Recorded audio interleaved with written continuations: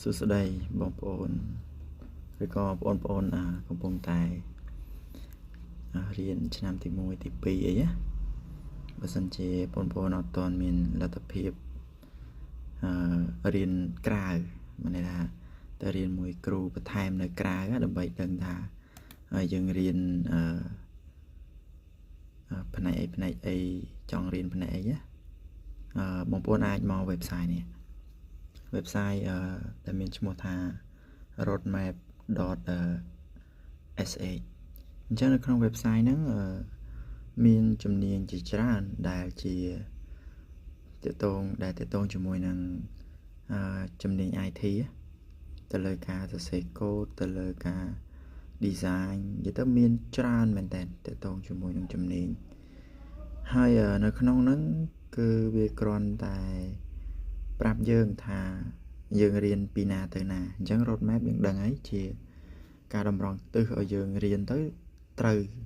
ទៅតាម step នីមួយៗអញ្ចឹងបើសិនជាបងប្អូនចង់រៀនផ្នែក IT ឬយកជំនាញអីផ្សេងៗក៏បានដែរ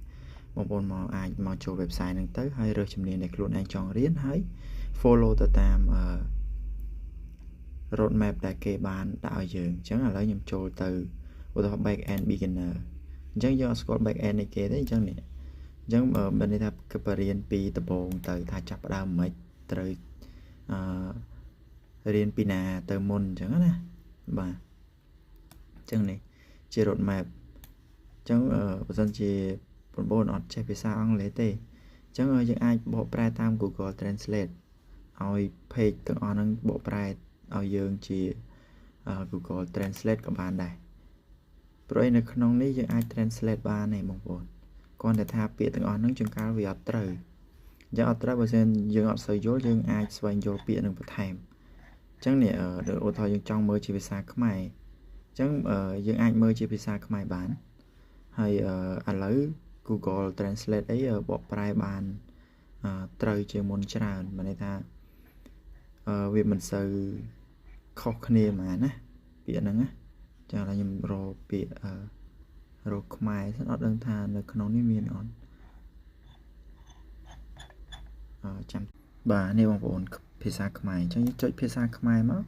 ហើយយើងចុច translate ទៅអញ្ចឹងអា page ទាំងអស់ហ្នឹងវានឹងបកប្រែជាភាសាខ្មែរឲ្យយើងហើយយើងអាចអាននិងមើលស៊ីជម្រៅទៅតាមផ្នែកនីមួយៗអញ្ចឹងណាអញ្ចឹងងាយស្រួលមែនតើអានេះយើងចាប់ផ្ដើមរៀនពីដំបូងទៅថាយើងចង់រៀនពីណាទៅណាអរគុណបងប្អូនវីដេអូមានតែប៉ុណ្្នឹងទេបើពេញចិត្តសូមជួយចុច like subscribe អរគុណបាយ